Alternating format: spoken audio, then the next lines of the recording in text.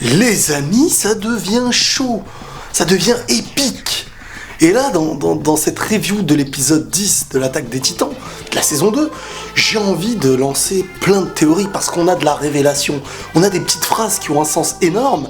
Et il y a des choses énormes qui ont des choses petites. Ça, c'est normal. Alors, rappelez-vous déjà comment s'était terminé le dernier. Avant de rentrer dans toutes les théories, là, on va y aller dans l'ordre. Pour structurer un petit peu tout ça, je vous ferai part de mes théories quand il y en a. Je vous dirai, là, je pense que les titans, ceci, cela. Il y a de la révélation. Pour moi, même si on arrive à analyser cet épisode de manière très propre, je pense qu'on pourrait y avoir des réponses pas à la naissance de l'espèce titan, mais pas loin. Je pense que pas loin. Si vraiment on réfléchit, on ne pourra jamais être dans le juste à 100% sans ayant lu les scans et tout ça, mais quand tu les as lus, je pense que quand tu vois cet épisode, tu dis, oula, eux ils vont avoir beaucoup de réponses. Ça c'est clair. L'épisode commence avec un retour au village de Kony. Et donc voilà, on a revu le titan qui était allongé dans la baraque, et beaucoup de questions en fait nous viennent à ce moment-là, c'est que pourquoi, comme à l'époque on s'était posé des questions, de manière super simpliste, faut savoir une chose, t'es dans un village avec des maisons un peu détruites un peu partout. Les chevaux sont encore présents, mais les humains n'ont plus l'air présents.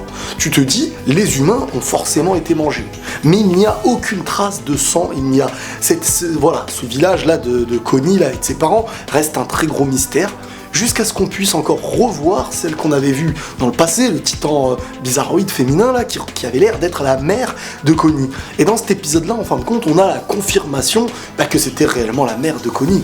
Et là, je pense que cet épisode-là marque un peu ce qu'on pourra un petit peu comprendre très très vite là, au fur et à mesure de l'épisode, que selon moi et selon ma compréhension du truc, les humains peuvent devenir des titans. Mais ça, on le savait.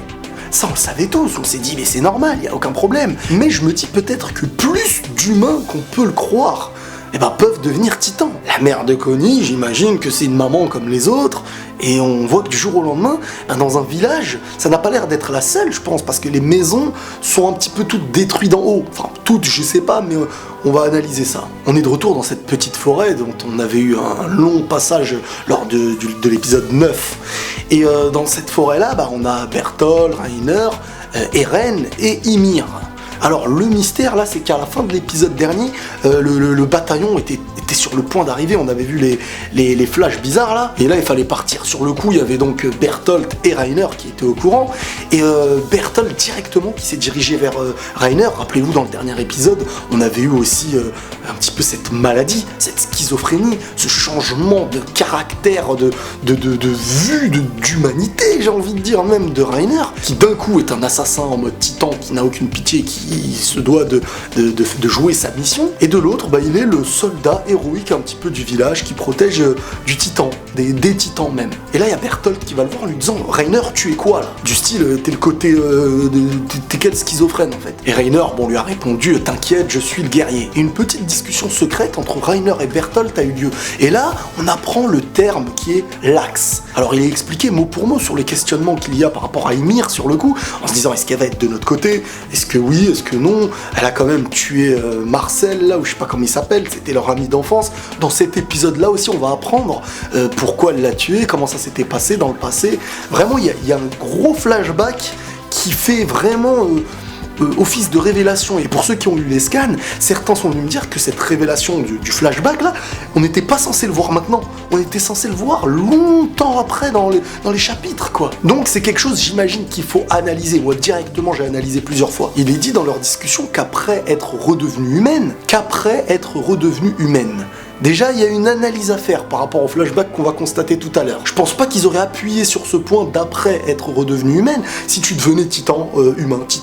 Je pense qu'il y a eu cette longue phase de titan qui a fait peut-être naître ensuite cette phase où tu as la chance de redevenir humain ou non. Et on peut le percevoir, il y a des titans qui n'ont pas l'air de devenir humains, et peut-être que c'est de l'humain aux titans qui sont passés, et pour redevenir humain, il faut quelque chose, et j'ai essayé d'analyser un petit peu ça. Donc il est expliqué par Bertholdt et Reiner qu'elle a dû faire semblant en fait de s'intégrer parmi les humains, afin de maintenir sa survie. On a ensuite le débat sur l'importance que Krista peut avoir, Historia.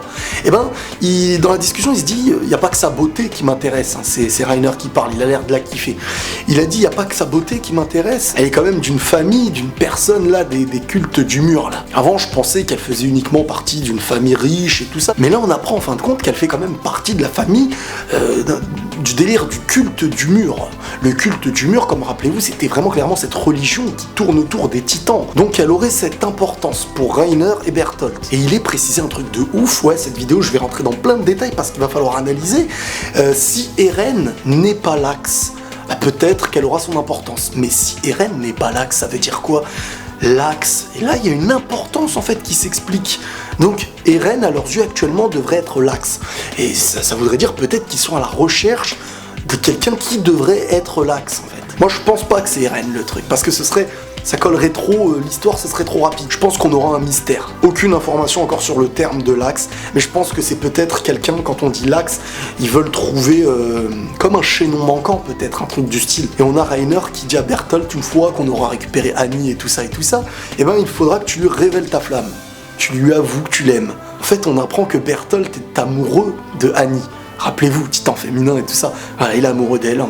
Si on re-regarde la saison 1, peut-être qu'on verra des petits regards sympathiques. Reiner, Bertholdt, bon, ils avaient pas trop le temps là. Hein. Il y avait le bataillon qui arrivait juste derrière. Ils ont dû prendre Eren et Ymir. Sauf que Eren s'est bien défendu au début en lui mettant des pêches. Bon, il avait pas de main, donc il lui a mis des coups de poignet dans la tête. Et il a gagné un petit peu de temps, enfin, contre ce temps qui aura une importance par la suite. Et alors que Eren était en train de se faire étouffer un petit peu pour tomber dans les vapes et perdre connaissance, il y avait une petite légère discussion entre Bertholdt et Ymir. Il lui a dit, Ymir, depuis ton retour à l'état humain, et on y revient sur, encore une fois, le retour à l'état humain, comme quoi c'est une grosse phase qui a été très importante.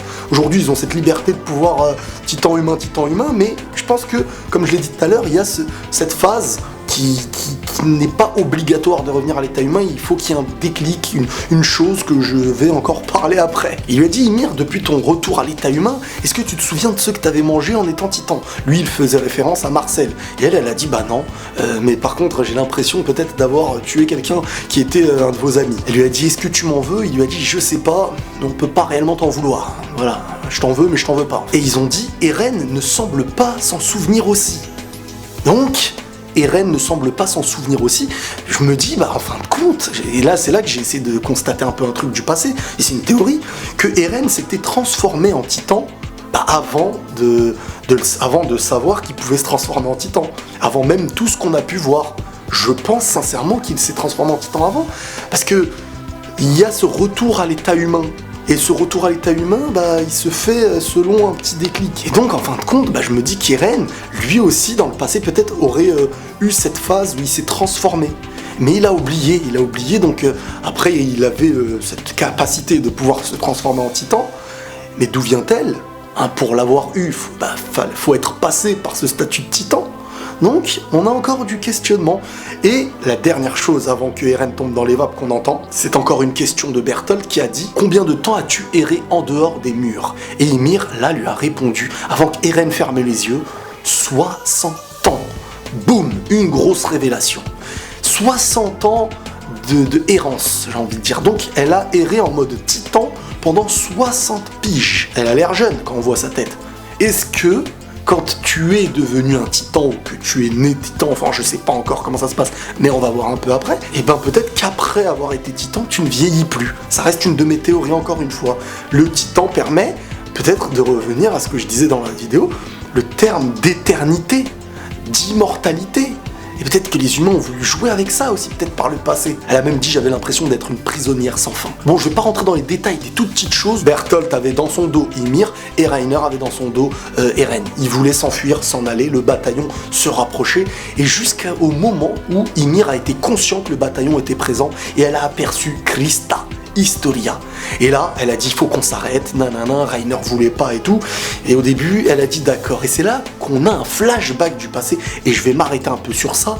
C'est une histoire qui est d'une importance, faut le regarder plein de fois pour comprendre des choses, et ça a l'air super important, et je vais parler de tous les détails. Alors déjà, on a une information avant ce flashback. Information pouvant être révélée actuellement. La ville natale d'Ymir, son emplacement géographique est inconnu, mais on peut affirmer avec certitude qu'elle n'est pas dans l'enceinte des murs. Donc déjà, son village, il est très loin. On va l'appeler le village lointain. Et c'est en se disant, je n'ai pas envie de me mentir à moi-même encore une fois, qu'elle s'est remémoré son passé. Alors dans son flashback, on apprend que c'était une petite qui avait l'air d'être orpheline dans un village qui avait connu des, je sais pas quoi, mais elle était avec des enfants toute seule. Elle a été sélectionnée par 2 individus. Cette scène-là m'a rappelé, je sais pas pourquoi, parce que ce n'est pas exactement la même chose, Mikasa dans son passé. Elle, c'était plus une agression, un kidnapping, et ses parents étaient morts. Un kidnappage ou kidnapping, je sais même pas comment on dit. Et le truc, c'est qu'en fin de compte, là, ils ont pris Ymir en lui disant « Bon bah on va te donner un nouveau nom, une nouvelle vie, et tu vas vivre avec nous. » Ils l'ont placée dans un petit lieu, comme dans une petite secte, un lieu fermé, et en faisant croire à tout le monde qu'elle venait d'une lignée royale, qu'elle avait du sang royal en elle. Veuillez contempler Dame Ymir, l'héritière légitime du sang royal. Notre peuple s'éteindra jamais. Il y avait donc cette illusion, et les gens y croyaient. Elle était adorée par plein de fidèles, mais en fin de compte, qui la prenaient pour l'héritière d'un sang royal. Et elle a commencé à se sentir dans ce jeu, et croire, et elle a joué le rôle. Elle était nourrie, logée, elle pouvait dormir dans un lit, à la différence de quand elle était toute petite, et pendant des années et des années, ça a duré comme ça. Et comme elle le disait en même temps qu'elle racontait son flashback, sa vie avait de l'importance aux yeux des gens. Elle sentait que des gens s'occupaient d'elle. Elle qui a grandi, vraiment, on dirait toute seule, quoi. Jusqu'au jour où il y a eu l'intervention de forces armées, je sais pas c'est quoi spécialement, mais ça avait l'air d'être dans le passé très longtemps, à l'époque des guerres et tout. Pour nous, moi je situe avec notre histoire à nous. Eux, je sais pas c'est comment leur histoire, mais c'était dans le passé ça, parce que si elle a erré 60 ans après, vous comprendrez. Et le titre de cette vidéo, j'aurais dû l'appeler Après vous comprendrez. Et là, comme je vous ai dit, les forces armées sont rentrées comme si c'était quelque chose de clandestin un petit peu, et ils ont pris tout le monde et tout ça, et là il y a un fidèle qui dit c'est elle qui nous a fait croire qu'elle venait d'un sang royal, etc. Nous on a juste fait de la croire, le problème ne vient pas de nous, c'est elle. Et là, avec un flingue devant la tête, ils lui ont dit est-ce que c'est vrai? Et au début elle a dit non, non. Elle a vu les fidèles qui étaient derrière, et elle voulait pas se trahir et trahir tous ceux qui l'ont aimée, donc en fin de compte elle est vraiment dans l'objectif d'être aimée, de satisfaire, que des gens s'inquiètent pour elle, vraiment c'est ça qui... Et on le voit aujourd'hui avec Krista. Le lien qu'il y a avec Krista, c'est par rapport à ça, parce que Krista tient beaucoup à elle, et vraiment leur histoire se ressemble, parce que Krista aujourd'hui, elle est dans la lignée d'un sang royal, et c'est dès lors qu'elle l'a appris, en fin de compte, qu'elle l'a kiffé, et surtout, pas parce qu'elle a le sang royal, mais parce que elle se ment à elle-même, autant que Ymir se mentait à elle-même dans toute sa vie. Et ensuite, elle a avoué devant les forces de l'ordre. On a une vue par la suite où ils étaient attachés dans une ville où tout le monde leur jetait des cailloux et tout, comme si c'était la honte du village, d'une ville entière. Et pourquoi c'est la honte? C'est là la première question que j'ai eue. Ils ont le droit de faire croire des choses entre eux, sauf que là je pense que cette croyance avait dû grandir et que beaucoup de gens ont compris par la suite que c'était une mascarade. Donc il y a une importance avec ce qui est royal dans l'animé. J'ai l'impression que le roi, la lignée, le sang royal, ils ont voulu tuer même ceux qui étaient du sang royal avec Krista, sauf qu'après ils l'ont lâché. Donc vraiment, on dirait vraiment qu'il y a un délire de roi derrière. Je me dis peut-être qu'au début, avec les titans, on ne sait pas réellement encore, mais il y a ce lien peut-être. Et par la suite, ils l'ont emmené en haut de murs, mais nous, on n'a pas de détails sur ça, et c'est ça qui me dérange un peu. Ils l'ont emmené en haut d'un mur, et il y a plusieurs personnes avec elle à ses côtés, des plus jeunes, des moins jeunes, et ils se font planter un coup de couteau dans le dos, et en tombant du mur, ils ont l'air de se transformer en titans. Donc je me dis, le mec qui est en train de leur faire ça, il a l'air d'être conscient qu'ils vont se transformer en titans. Est-ce que c'est le début des titans, la naissance des titans? Ils ont eu conscience de comment rendre quelqu'un titan, ou peut-être même qu'ils essayent de voir qui va se transformer et qui ne va pas se transformer. Et je pense qu'on va être un petit peu clair par la suite. Mais là, on nous montre des petites images, des petites séquences. Je pense que c'est une belle chance pour nous, étant donné que le chapitre, pour certains, c'est loin après. Donc je me dis peut-être qu'il y a deux choses là. Pour voir si une personne peut être un titan, on lui plante, voilà, comme ils font actuellement, ils se mordent et tout, ils se mettent dans une situation. Et peut-être aussi que c'est pour voir si quelqu'un a de réels objectifs, parce qu'on sait qu'il faut un objectif réel pour se transformer en titan. Il faut que tu te mordes et que tu aies une raison, que tu accomplisses quelque chose. Et en lui plantant un couteau et en le faisant tomber du mur là, peut-être que ceux qui n'avaient pas d'objectif, ou qui ne veulent pas avancer, ou peut-être qui ne peuvent pas se transformer en titan tout court, seraient morts en tombant, et d'autres se transforment en titans. Peut-être que ceux qui ont été analysés comme étant des titans humains aussi ont été grillés, et ils les ont jetés en dehors du mur. Mais pourquoi ils les ont plantés pour les transformer, tu vois? C'est peut-être une sécurité, il faut pas qu'ils sortent du mur aussi. Peut-être qu'il fallait à tout prix que plein de titans rôdent autour des murs pour des intérêts politiques, je sais pas, ça peut être beaucoup de raisons encore. Et là, Ymir s'est fait planter, elle est tombée, elle s'est transformée en titan.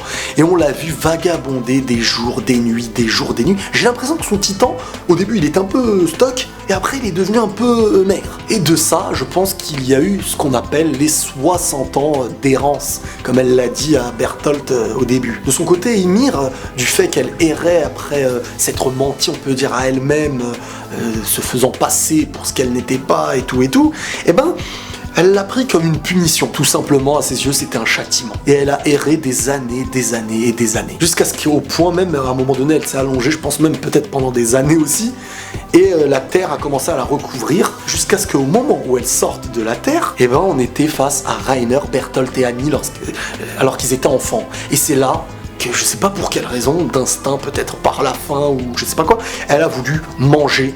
Et c'était sur le coup Rainer qu'elle allait manger, et ensuite il a été poussé par Marcel ou je sais pas quoi, et il s'est fait bouffer. Et c'est comme ça qu'elle a mangé le pote de Bertholdt, Annie et Rainer. Et là, il y a un truc mystérieux. C'est que après des années, même peut-être 60 ans, eh ben, c'est dès lors qu'elle a mangé un humain, c'est la vision qu'ils nous ont fait en tout cas dans le coupage, elle est redevenue humaine. C'était un titan pendant de longues années, et ensuite elle est devenue humaine.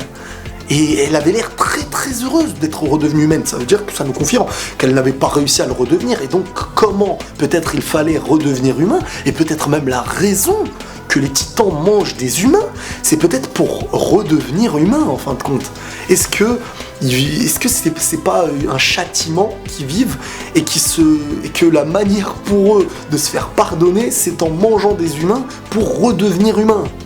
Je sais pas, peut-être, mais en tout cas elle est redevenue humaine et elle avait repris goût à la vie. Et là, elle s'était dit, je ne me mentirai plus jamais, je resterai moi-même, et pas forcément dans le bon sens, parce qu'elle est restée elle-même, elle a escroqué du monde, elle a volé, elle s'est cachée même dans l'église à un moment donné, et c'est là qu'elle avait entendu l'histoire de Krista, de Historia, comme quoi cette fille venait d'un sang royal, et c'est là que celle-ci, petit à petit, s'est rapprochée d'elle, parce qu'elle s'est sentie un petit peu comme elle.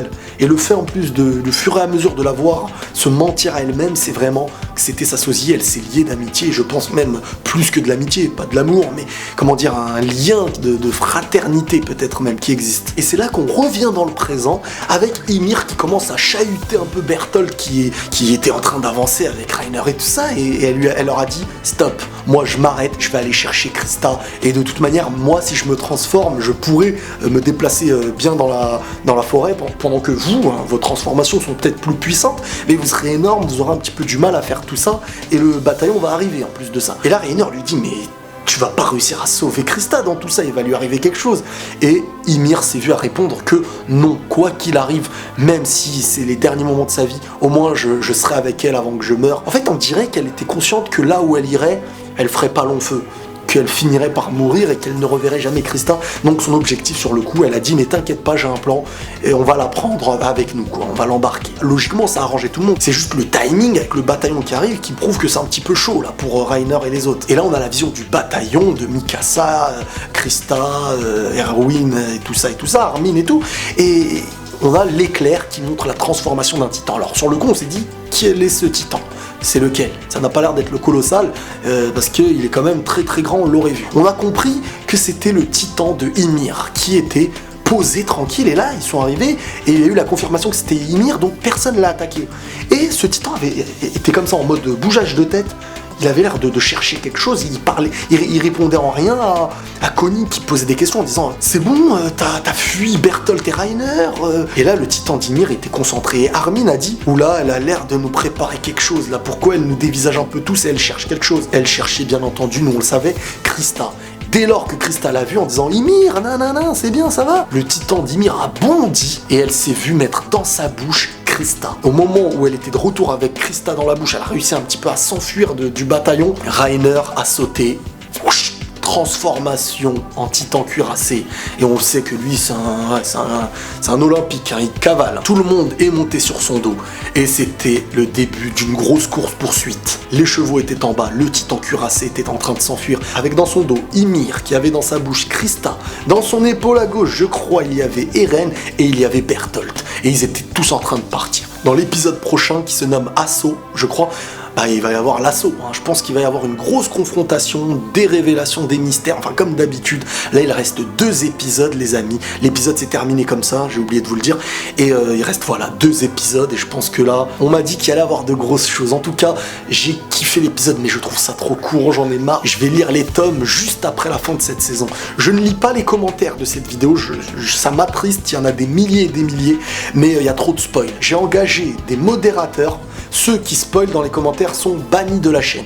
Ne spoilez rien du tout. En tout cas, ceux qui m'apprécient, ceux qui apprécient la chaîne, ne spoilez pas. Comme ça, directement, ceux qui s'en tapent de tout, on va les voir et on les bannit. Sinon, si vous voulez discuter entre vous, etc., mais faites très attention, je vous l'annonce, il y a de gros spoils dans les commentaires. Moi, je ne les lis pas. Il reste 2 épisodes et après, j'entame tous les tomes et je ferai une vidéo avant les tomes, avant que je les lise, et une vidéo après les tomes. Je ne spoilerai rien, mais je raconterai mon émotion.